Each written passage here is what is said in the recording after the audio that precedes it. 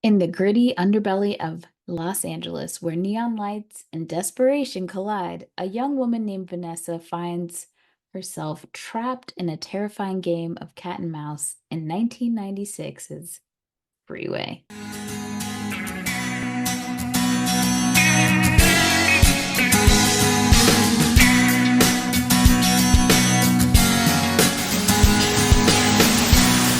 Welcome to the No More Late Fees podcast. I'm Danielle. And I'm Jackie, and we're just two best friends and ex-Blockbuster employees rewatching some of the best and worst movies from the late 90s and early 2000s. This week, we are talking about the 1996 black comedy crime thriller, Freeway. But before we dive in, let's get into some housekeeping. If you love the podcast and you want to support us, here are a few ways that you can. Did you know writing a review and or rating us helps us get more listeners? If you want to be featured and help us grow, make sure you head over to Apple, Podchasers, Spotify, iHeartRadio, whichever podcast platform, and make sure you leave a review or even a rating. And if you like what you hear and you want to buy us a virtual cup of coffee, just give us a little tip for making you chuckle. Head on over to ko-fi.com/no more late fees. And don't forget that we have merch. We have t-shirts, cups with our logos, and some of our fun sayings. So head over to nomorelatefees.redbubble.com and check it out. Let's get into Freeway, Jackie. What is this very interesting movie about? Freeway is a gritty neo-noir crime thriller that follows Vanessa, a rebellious teenager who's brutally assaulted as she makes her way through a dangerous world of drug dealers, prostitutes, and a charismatic serial killer known only as the I-5 Killer. It stars Reese Witherspoon, Kiefer Sutherland, Amanda Plummer, Alanna Ubach, Brittany Murphy, and Bokeem Woodbine. It was written and directed by Matthew Bright, and you can currently watch it on Zumo Play, Tubi, Pluto, and Prime. But before we start, let's get into our ratings rewind. So, you know the drill. Before we get into the movie, we'll reveal the rating our Y2K versions of ourselves would give. Then at the end, we'll see if our current selves agree with our initial rating. Our scale consists of would buy it again, the best, would play on repeat, 5-day rental, would watch again, 2-day rental, okay, but nothing to write home about, and same-day rental. Shiv it. It's trash. Straight up trash. Sharpen those toothbrushes, bitches. All right, Jackie, what is your Y2K rating of this movie? I'm waffling a little bit. I'm pretty sure I owned it, but I'm not 100% on that. So I'm like, do I do 5-day rental? But in my brain, I watched this a ton. So I'm gonna go would buy it again, because I'm pretty sure I owned it, and if not, then like it was on repeat on HBO and I watched it every time I was on. Yeah, it was on HBO on repeat, and now when I rewatched this, I was like, "Ooh, this was inappropriate for young Danielle." Lord, I never owned it, so it was a 5-day rental for me. But I do remember, like, a lot of the movies that just played on repeat on HBO ended up being like my favorite movies. Yeah. So I was conditioned. That's why I love Teen Witch so much, because that shit was on rotation. Okay. Supersonic. Okay. I'm not going to sing the song. Top that. Oh, you're so lucky we can't do that. We can't do that movie on here. If you guys want us to cover Teen Witch on, like, separately, just hit us up. $50. We'll do it. Yep. We'll do it. Just head on over to coffee.com, ko-fi.com/no more late fees. Put in like the comments, Teen Witch, send over $50. Done. Let's talk about the box office. This movie had a budget of $3 million.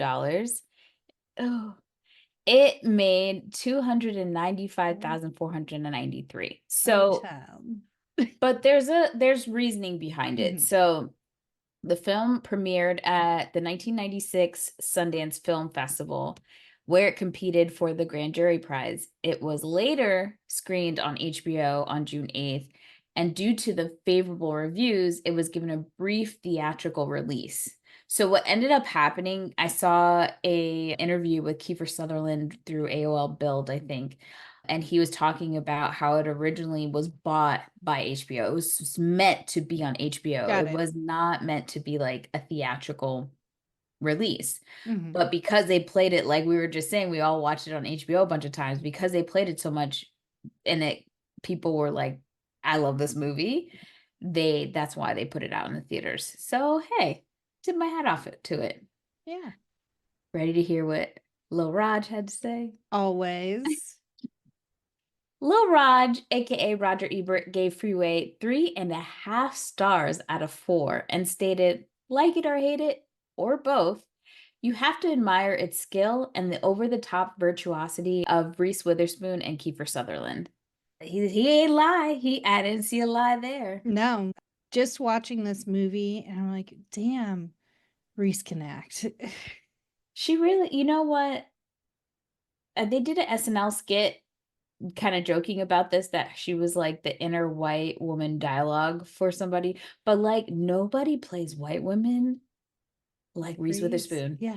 And I don't mean just like she's the same, like every variation of white woman there is, she done played it and she plays it well. Yeah. And I do love that lately, like since she's been able to produce more, she's been picking some meteor movies and TV Mhm. shows, and she's just so versatile, you know.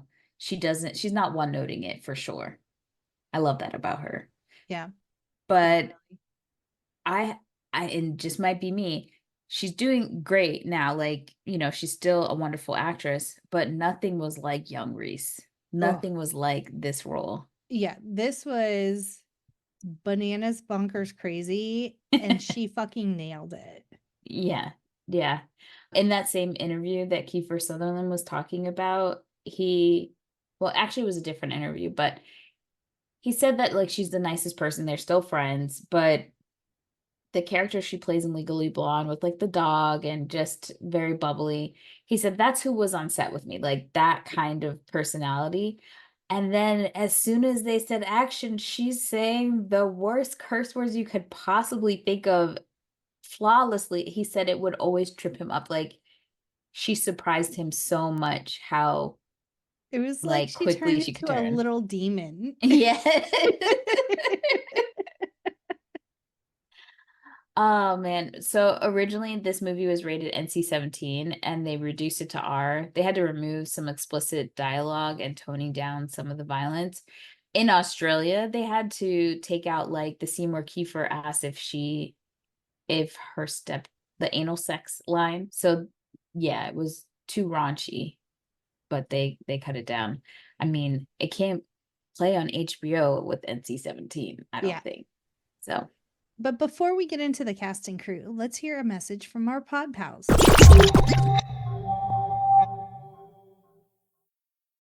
If you like small town mystery, crazy news, and wild history, then the Florida Men on Florida Man podcast is for you. Each week, Josh Mills and Wayne McCarty bring you the absolute best Florida has to offer.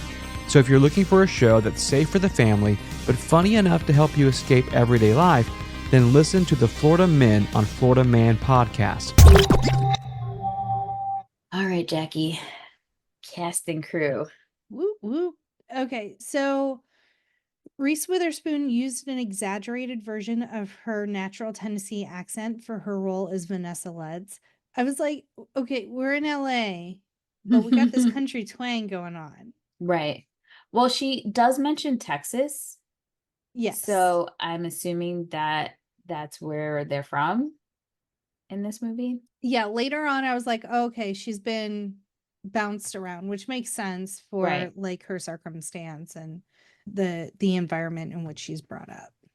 But her people are where your people are at because her grandma's in Stockton. Oh my gosh, I had totally forgotten that part of it, and I was watching it on DVD. So when they flip it over and like look at the address, I tried to pause it and like go and rewind it to see if like it was an actual place in Stockton, California, which Stockton for a while, I haven't checked the stats recently, but Stockton was like the murder capital of the US for a while. And it was when my grandparents lived there. I got very giddy as a 90s gal because the identical twins that were in the movie that played Brenda and Bonnie, those twins were actually played by 2 of the 3 Creel triplets, Leanna Creel, and now her name's Monica Lacey, but obviously Monica Creel. I just recognized her as Tori from Saved by the Bell. You are correct, my dear. And I also know that because you know how much I love the Parent Trap universe, that they also played in one of the Parent Trap movies as as triplets, all 3 of them. So I thought that was really cool. And then when I was doing the notes, I found out that identical twins, Brittany Danielle and Cynthia Danielle, were offered and turned down the part. I was like, they would have been in their bag. Why didn't they play it? But I guess maybe it's a little graphic, and it was an indie film. Yeah. So we love a cross-casted movie. We have Dan Hedaya and Brittany Murphy both starred in Clueless, which was released only 2 weeks before production for this movie began. And Reese had actually auditioned for the lead role of Cher in Clueless. So, little cast connection. There's also another cast connection. Reese and Alanna Ubach were in Legally Blonde. Yes. Yeah. I was like, hold on. Is that the best friend from Legally Blonde? And Ken's like, yep. Like, okay, just making sure. Another Clueless connection with Reese is that one of her like first boyfriends in Hollywood was Jeremy Sisto. Oh, yeah, interesting. He said she was his first like actress girlfriend, and they broke up from a misunderstanding. She went to Africa to go film a movie, and she didn't call much, so he thought she broke up with him, and he started dating someone else. And when she got back, he was like, "My bad." I feel really bad, but he ended up marrying that girl. They're divorced now, but interesting. Yeah, I thought that was very interesting. All right, let's start it off. Yeah. So the first scene, we're introduced to Vanessa. She lives somewhere in the rough neighborhood in LA. It seems like maybe in summer school or some sort of remedial class at the very least. And we find out that she's pretty illiterate. She's just learning how to read. I think like when I watched this film when I was younger, I kind of was just like, I thought it was just crazy and wild. But rewatching it now and just seeing like how so many of the adults fail this girl, because I had to keep telling myself throughout the movie that she is supposed to be 14 years old. Yes. And obviously Reese wasn't 14 when she did this movie, but she was still in her teens. She was still a teenager. She was 20. Oh, okay. She was 20. Yeah. Okay. Yeah, I agree. You had to look it up. Well, I looked up how old she was supposed to be playing and how old she was. But I agree, like, just coming up from a perspective where, like, I used to be an educator and how, like, there were so many times that, yeah, she was just failed by everyone nonstop. And it showed in the way, like, I never clocked originally watching it that, like, she was illiterate. Like my teenage brain just it never registered, but I'm like, how much school has she missed or like never been put in school because her mom just leaves her at the house by herself so that she can do tricks to afford her drugs, like, yeah, just terrible. Yeah, and no one like takes the time to say that. Everyone blames her or just says, well, that's what would you expect from this type of person? But here's a child that literally is a product of her environment. The reason that she's acting this way is not because she's some brat, is because she's trying to survive, and she has learned all of these skills that everyone's looking down at her, and nobody has empathy for her. I think the only person that really shows any kind of empathy is one of the police officers, which is Dan, what is his name? Detective Wallace is the only one that has the slightest amount. We see her mom, we see her stepdad. The teacher, we don't really get to see interacting. You know, her boyfriend loves her. Okay, fine. But he's in his own stuff.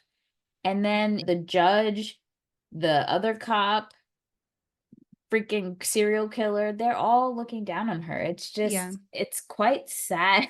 I actually felt very sad after thinking, like watching and thinking about it. The part where her mom is handcuffed on the couch, like the stepdad is like high on crack or meth and is just giggling, and the mom is just like apologizing to her and like love bombing her, and she's having to be the one to be like, it's okay, I'm not mad at you, mom, blah blah blah. I'm like, for a girl to have to do this, right? And it seems like it's not the first time, right? It was heartbreaking. And the way that they, like, now looking back, the way they positioned sexual abuse in this movie was fucking, it was wild. Yeah. You know, I think I was shocked rewatching it, because they say this is a comedy, and yes, some parts are very funny, but I felt so uncomfortable on some parts. Yeah. So we also meet Vanessa's, she keeps calling him her fiance, Chopper, played by Bokeem Woodbine. And then and then the next scene after the school scene, it's her mom trying to solicit John's. And I was like, is that Honey Bunny? And Ken goes, yep. He just confirmed who everyone was in this movie for me. So it was Amanda Plummer, who plays Honey Bunny in Pulp Fiction. That's how I refer to her. That's how you know her. Yeah. I just like had to take a lot of deep breaths because the N-word is used quite a bit in this movie. Not and just like the N-word, just the most heinous racist shit. And I'm just like, I don't remember any of this, and I hate this whole scene. Yeah. Hard R's. Hard R's. Hard. Like when we meet her mom, she says the N-word. And when she says it, then Vanessa comes up. So I'm thinking, oh, she might say something to her mom about it, but she don't. Because she has a black boyfriend, fiance, Chopper. Let me just tell you this. Just because people are married to people of color does not mean they're not racist.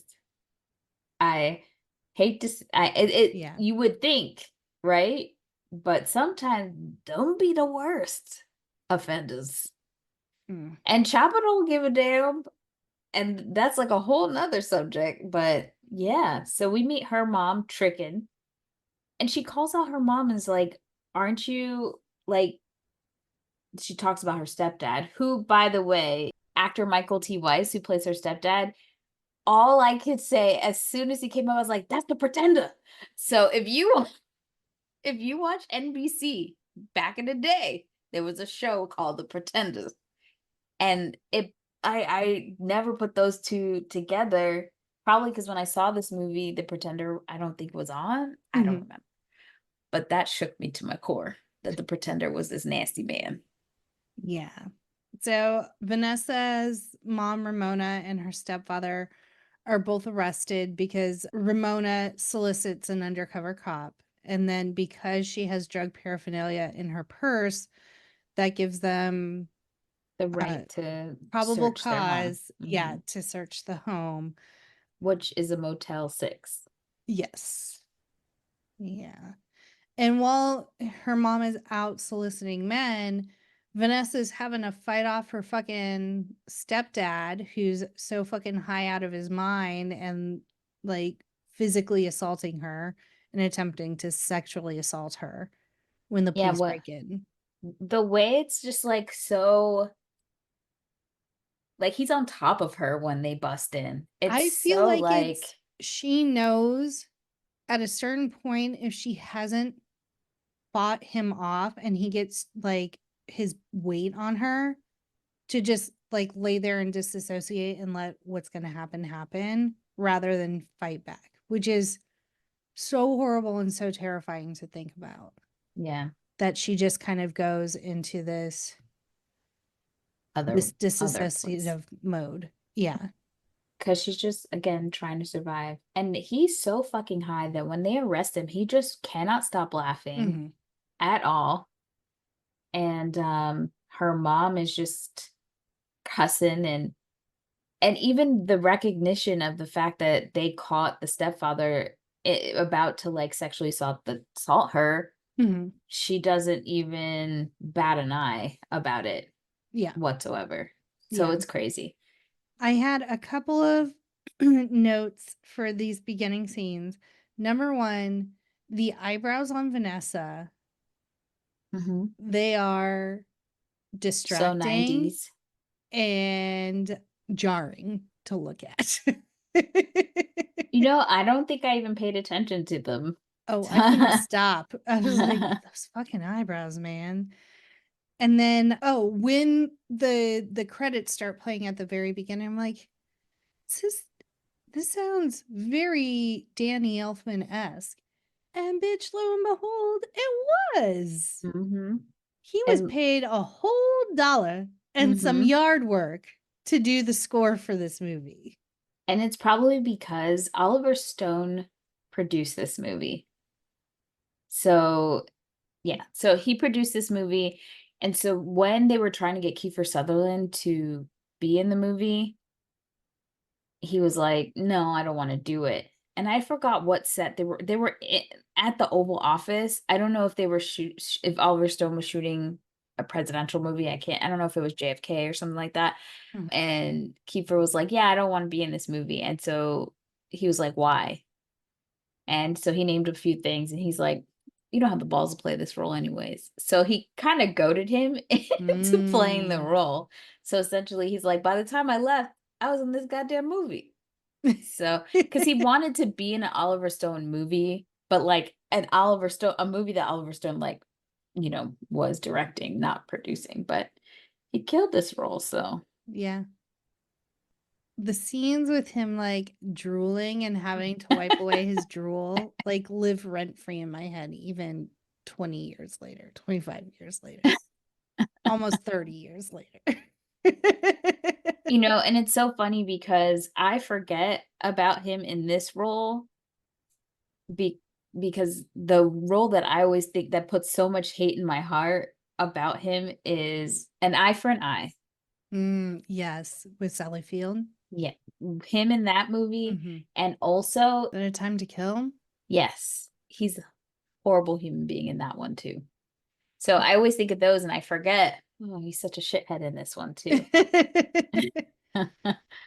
Long way to say he plays a really good villain. Yes, absolutely. After Ramona and the stepdad are arrested, the cops, she actually asks to go home with one of the cops. Like, she's like, I don't want to be put back in foster care. Can I go home with you? Like, can you just take me home? And the cops kind of like trying to be nice about it. Like, oh, they don't let us do that, blah, blah, blah. And she's like, if you don't want to, just say it. And the cop's like, yeah, I don't want to do that. And she says that her caseworker comes, but she says it's her parole officer. But it's her social worker. Right. Yeah. But after she's been in, because she's still a child, so I can kind of see why she might say parole officer. Yeah. Plus, we find out she has been in quite a bit of trouble with the law previously, so it may be a parole. Yeah. So she does not want to go back into the system, so she handcuffs the poor social worker, played by Conchita Ferrell. She handcuffs her to the bed, like her foot to the bottom of the bed. And she was nice about it, though. Yeah, she's like, I'm really sorry. If you yell loud enough, Mr. So-and-so next door will hear you. I'm putting the key on the TV. Like, she has a plan. I love that she does not pack a bag. Mm-hmm. She packs a red basket. A basket. So I never put it together, which now I can, but when I was younger, I never put it together that this movie is a modern take on Little Red Riding Hood. Mm-hmm. And so you kind of see that in the beginning of the film, there's like a cartoon of like a wolf and all this other stuff. And then also when she's sitting on the couch, there's a cartoon of like Little Red Riding Hood. Then she has the basket. And then at the end, when she goes to her grandma's house and what's his face is pretend to be her grandma. With the sheet up to his like nose and the shower cap on. And I was like, that's such an interesting, I'd never put two and two together, but now it makes sense. So she goes to Chopper to tell him, like, hey, I'm going to go hang out with my grandma, who I'm pretty sure she said has never met her. She's never met her grandma. Her grandma doesn't even know that she exists, most likely. Yeah. Her and her mom had beef because apparently her mom tried to throw acid on her face or some shit. Plus, she never has met her father. And like the picture that she shows him when she does meet Bob later is apparently a picture of a mass murderer named Richard Speck. Yes. So I wonder if that's like something that even Bob knew. Yeah. Oh my God. And every time she pulls out that wallet, man, I'm like, that Peckle wallet goes hard. It is the character of Peckle from Sanrio. I know because in the 90s, everyone had their favorite Sanrio character. And for a long time, Peckle was mine. So I was like, I see you, Vanessa. So Vanessa goes to Chopper to say, like, I got to peace out for a while. He's like, here, take my gun and sell it for money for your trip. So Chopper's supportive. He's a gang member, but he's very supportive of his boo. I don't know if he's a gang member. I just know that there was a group of guys harassing him, or they were having some sort of verbal altercation. They leave when she rolls up with her car. But the scene after this, like, they make out. He asks where she's gonna be. She says she's gonna talk to him later. Once she leaves, this other group of guys come back with their car and shoot him. I was just, the way he dies though, I'm like, this is so fucking extra ridiculous. But I just imagine like it happens and like then someone just happens upon like a kid who's dead on the street. Dead on the street. Oh, it was. This whole movie made me feel things. So she doesn't even know Chopper's dead, but she's on the road. She's headed to Stockton, and her car breaks down. Yeah. I played the what kind of car is that game with Ken, and he's like, I think it's an AMC Rambler. I'm like, in my head, I thought it was a Rambler. He wasn't confirmed on the Rambler, but he was like, it's definitely an AMC of some kind. So don't even know what that is. The only AMC I know is the movie theater. It was a green car, Danielle. That's all I needed to know. So yeah, she. Sorry. One tidbit we forgot about was that on the news, we see that there is a serial killer going around killing ladies of the night. Mm-hmm. Yes. And so Vanessa has the hood up. She's trying to, like, she's just touching wires. Like, she's not doing much of anything. She's just pissed. And then Bob rolls up in his Ford Explorer and he's like, here, let me try and help you. Blah, blah. And then he's like, step on the gas. And Ken literally goes, what's stepping on the gas going to do?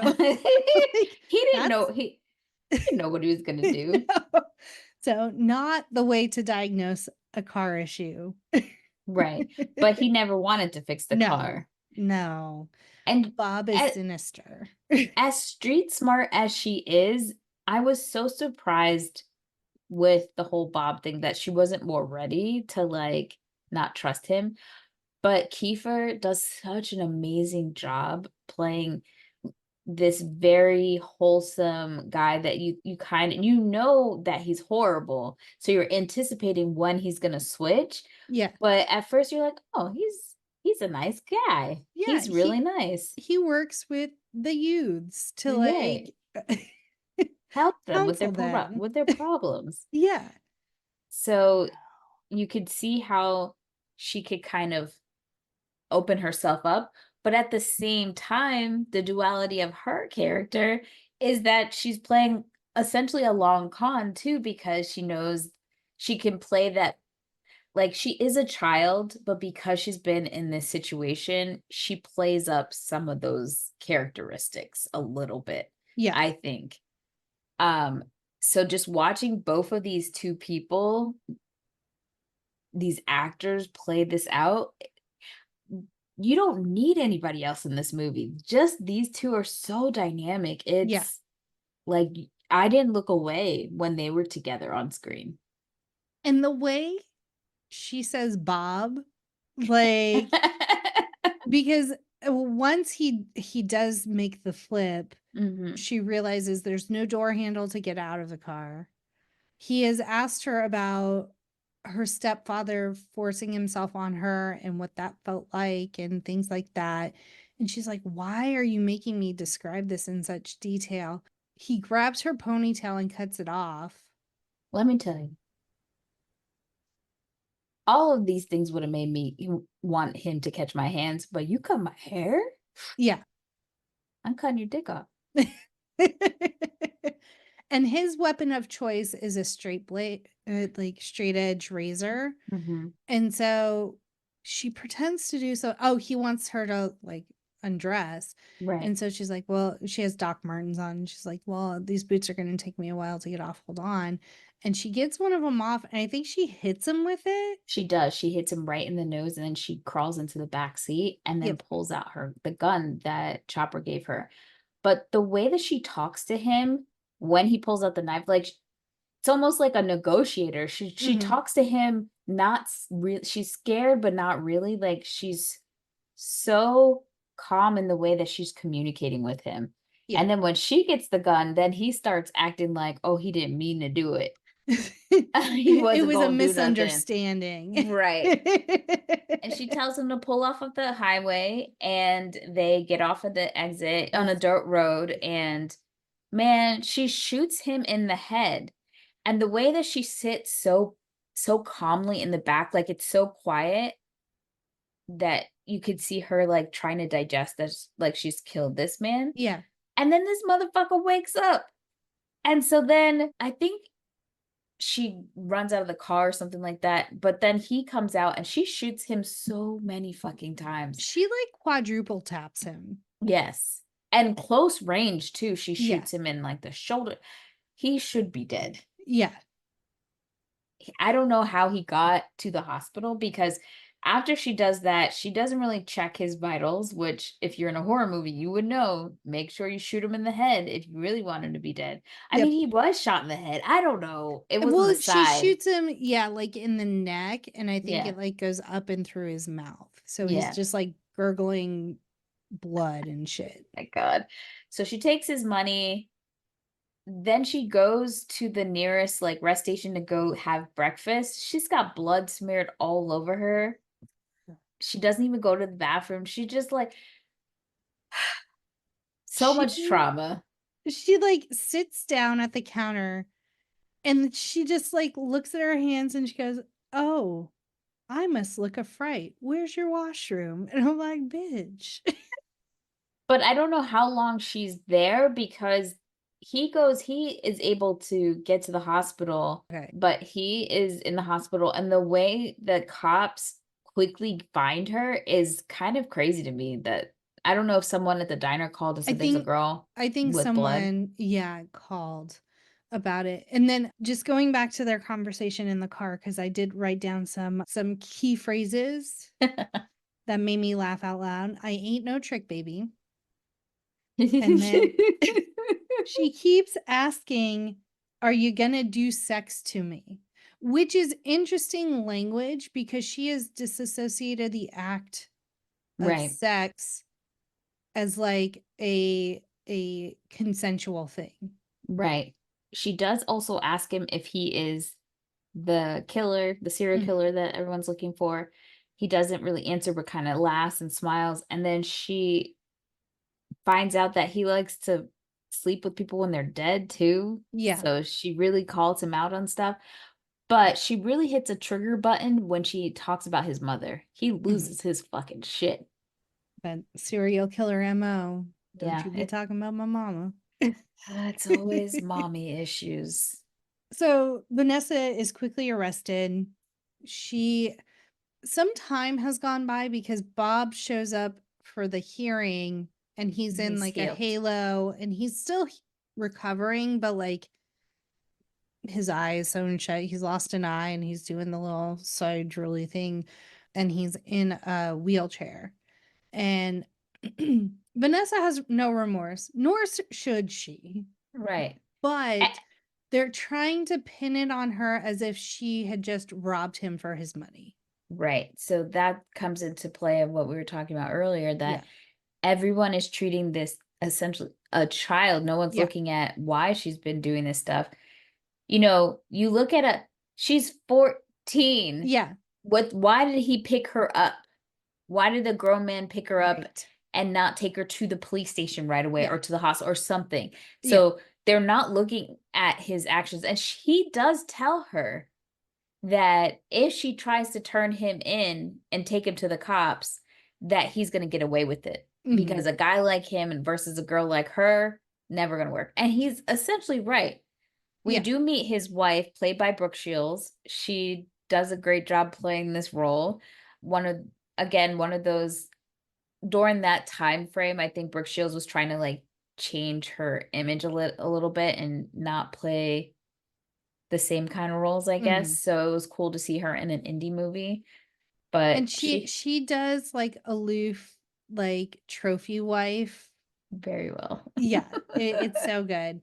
And like you can see when the trial is going on, like they're portraying Vanessa as this like cold-hearted, violent young girl or like girl that has no remorse and like if we let her out essentially she'll do it again type thing.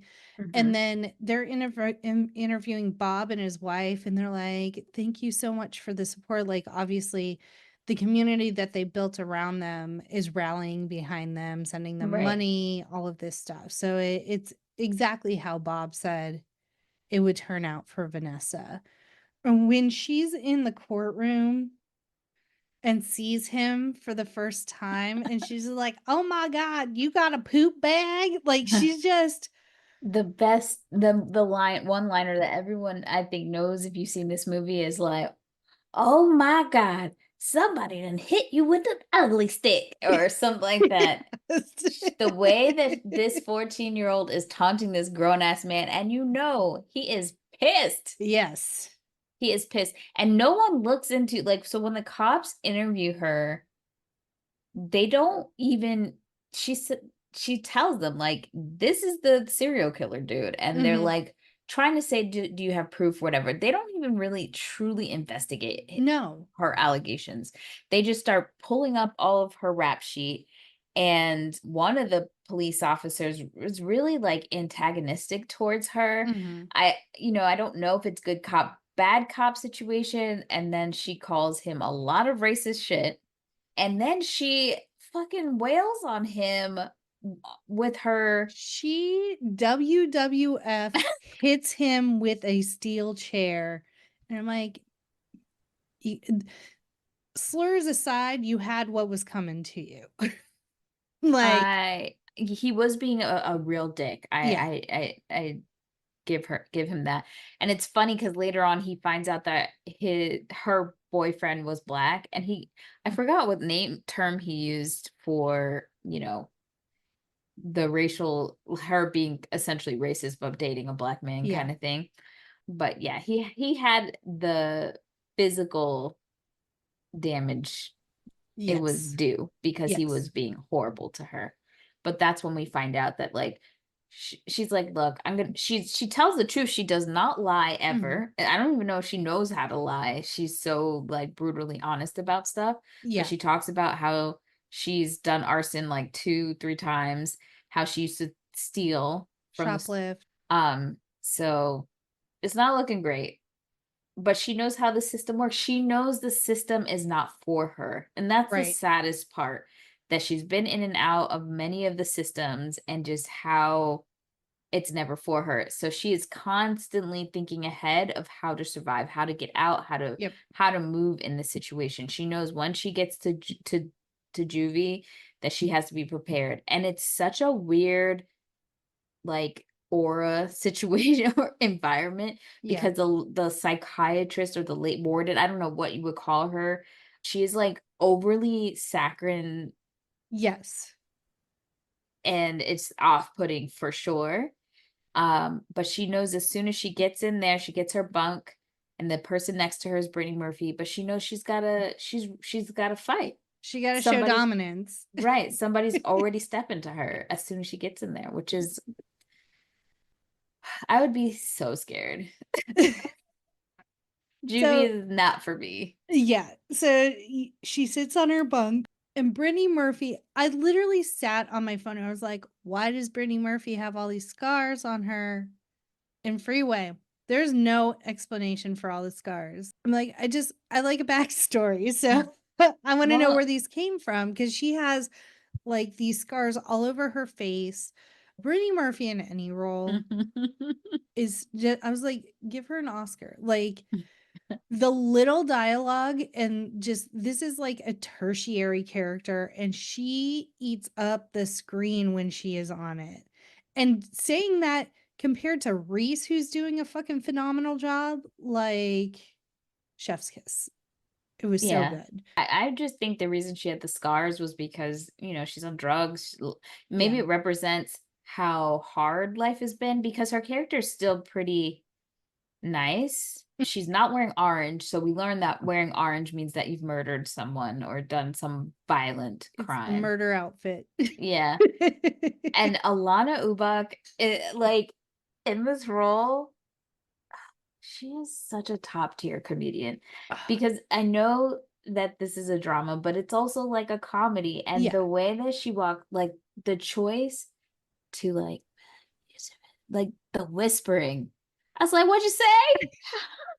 What'd you say? You gonna stab me? I can't hear you. And we were watching it on DVD, and Ken's like, I need the captions. I'm like, I don't know how to do that on this old technology. I'm sorry. We're just not going to know what her character says. Incoherent. I don't even think she was really saying words. It's just such a choice. But the way that Reese's character just goes ham and beats the living daylights out of her. It reminds me of the scene in Mean Girls where she's like, it's like a jungle, and like the people are like jumping off the cafeteria table, like all feral and animal like that is how Vanessa lunges at Mosquita. I don't know. And like starts just slamming her head into a pole, and then the pole happens to have a payphone on it, so she grabs that handle of the payphone and is just whipping her with it. I was like, is this bitch dead? Like, what's happening? I thought she for real was gonna die, and no one was coming to stop her. And then she pulls a pencil and is trying to get it in her ear. And Brittany Murphy's character is like, put it in her, put it in her. It's so crazy. Because the very 90s trope, Brittany Murphy's character is a lesbian. So obviously things go in women. Like, that's how she gets off. That whole scene is just fucking bananas. It's crazy. They put her in solitary, and she seems fine with it. She has some vivid dreams. This is where she has the dream about her grandma that she's never met. And then she gets a toothbrush, she makes a shiv. Somehow she has a lighter. I don't know how she got that through. Maybe she put it up her woohoo, not sure. Yeah. And it was at this point where I had to pause and Google, what is the difference between a shiv and a shank? Because inquiring minds want to know. Is a shank a longer What is it? No, it is a shiv is to cut, a shank Uh-huh. is to stab. Oh, so when she cuts like that? So that is a shiv. So if she had sharpened the other end into a point to stab, it would have been a shiv on one end and a shank on the other. Who's got time to be making language for this shit? It's prison language, Danielle. Oh my God. Well, after she gets out of Terry, you see her having a bad dream, and she says, like, after she gets out of solitary, usually she has some bad dreams. And of course, her BFF is like, you want me to get you some, what did she say? Something juice or something. Pretty much trying to get her on drugs. Yeah. Yeah. And she's And like, she's nah. like, nah. But then at one point, Rhonda was like, hey, you want to fuck? And Vanessa is like, I'll play ball a little bit and we can make out. She doesn't even ask if she could fuck. She just jumps on her Mounts on bed her? and just like, I don't know what she was doing, like on her side. And she's like, look, I'll make out with you, but we're not doing no sex shit or no fuck shit. But then they get caught. And plus, during the whole time of like her going in and out of court, her lawyer's working hard as hell to try to get her to be tried as a minor, and they're all trying to get her tried as an adult. Yeah. And so because she loses that battle, essentially they're going to move her to a real prison.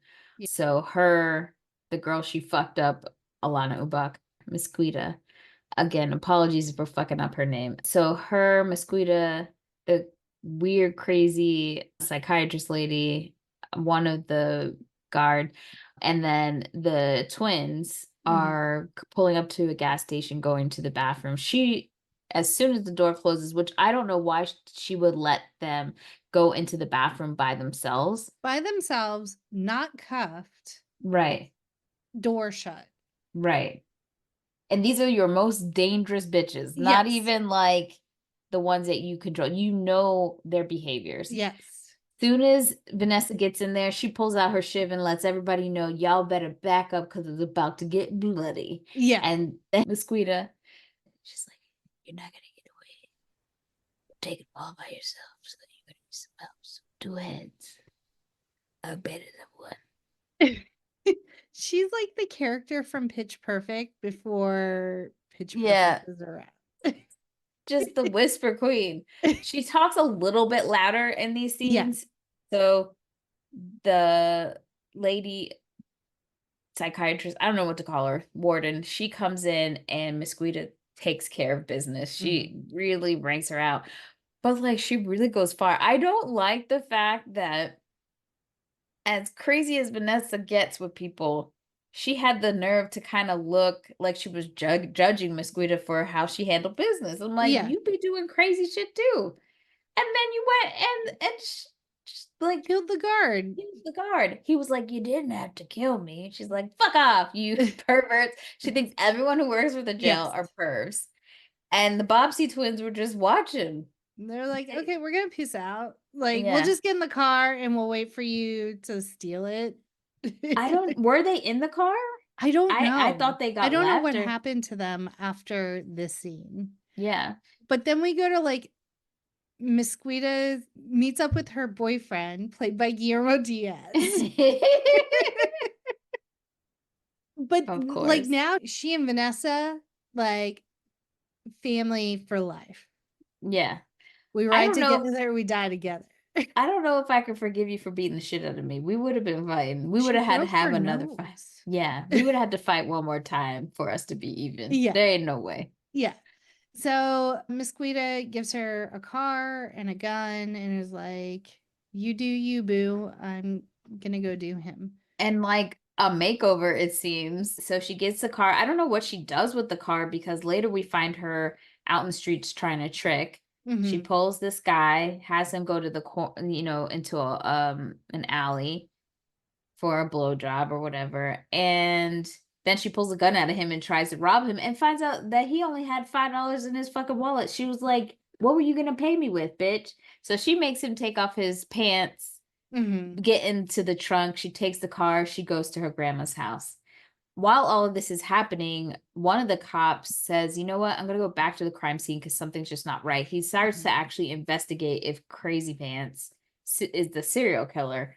And I guess they find evidence from her ponytail. Like, they never really tell us what exactly, like, lynched it for the case. I would think, like, he does find her ponytail. I would think it would be the straight edge razor, because then maybe they could get DNA off of it, or like it matches the murder weapon in all the other cases. But they only ever show him finding the ponytail.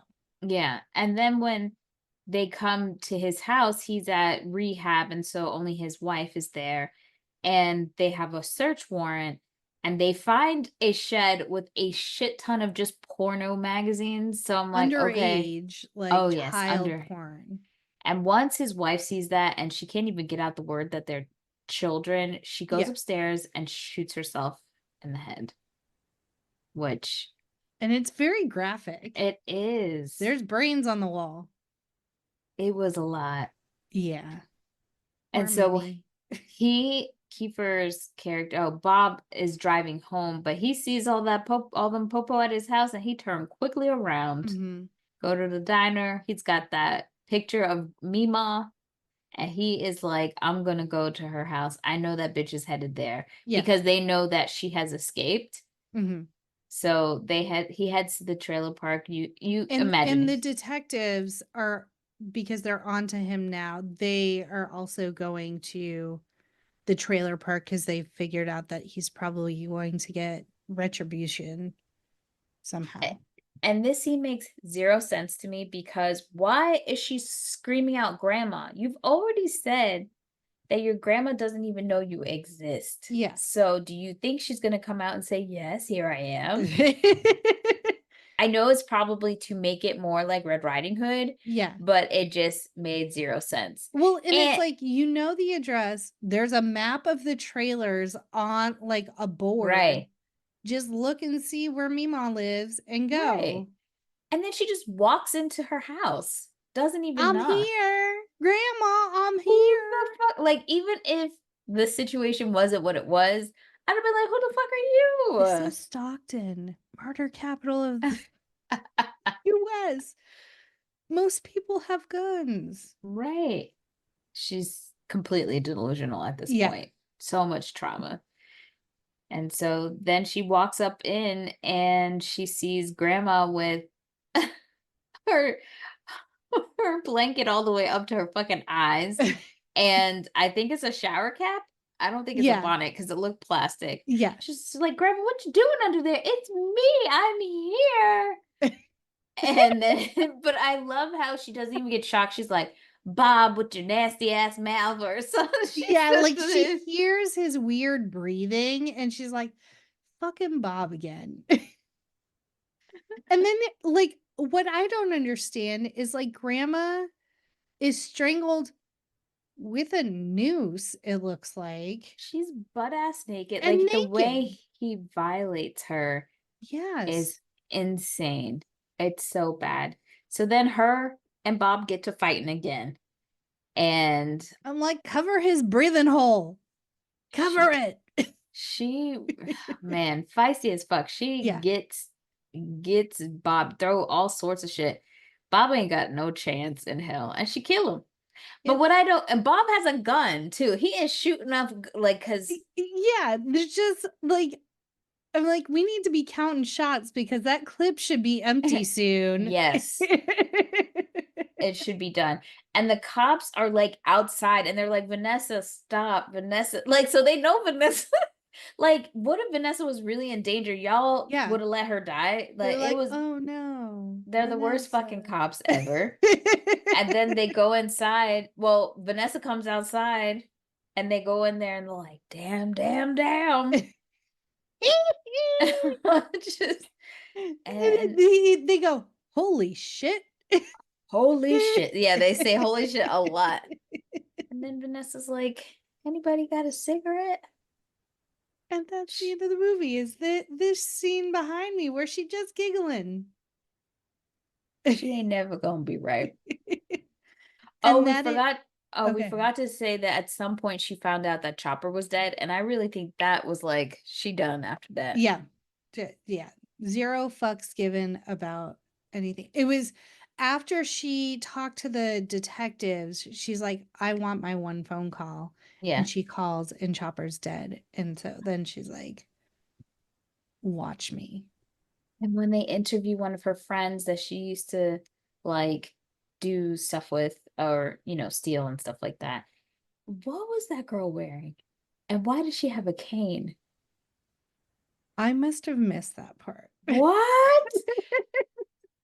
Jackie, she didn't just have cooter cutters. She had like spandex that were cut off, and you literally see her tank. Like, Oh. it's very much, it was a lot. I wasn't expecting it. And then you've got to rewind to see that scene because it's just like, what the fuck is this? Oh, wild. And that is Freeway, man.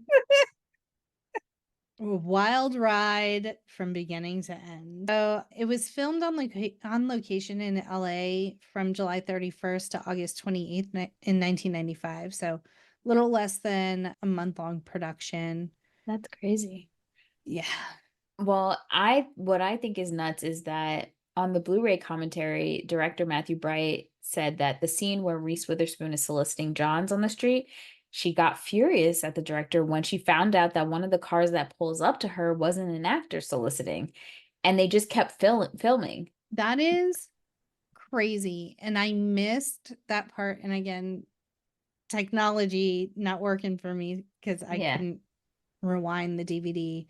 But I will go look for her friend and then the real life John. Yeah.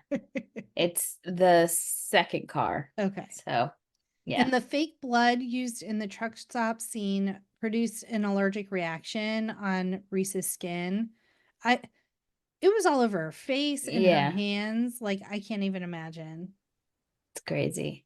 Yeah. Now, I remember when we worked at Blockbuster, I remember the cover of the sequel, which was Freeway 2, Confessions of a Trick Baby. There were certain titles. I was like, let me say this word out loud. And like looking, because it was usually like a creepy old man renting it because it looked like an underage person on the cover. It was Natasha Lyonne. Yes. Yeah. Yes. Like very young looking. And I'd just be like, Freeway 2, Confessions of a Trick Baby. And I would say it loud with my whole chest. But like the people behind them in line knew what he was renting. Why are you shaming people?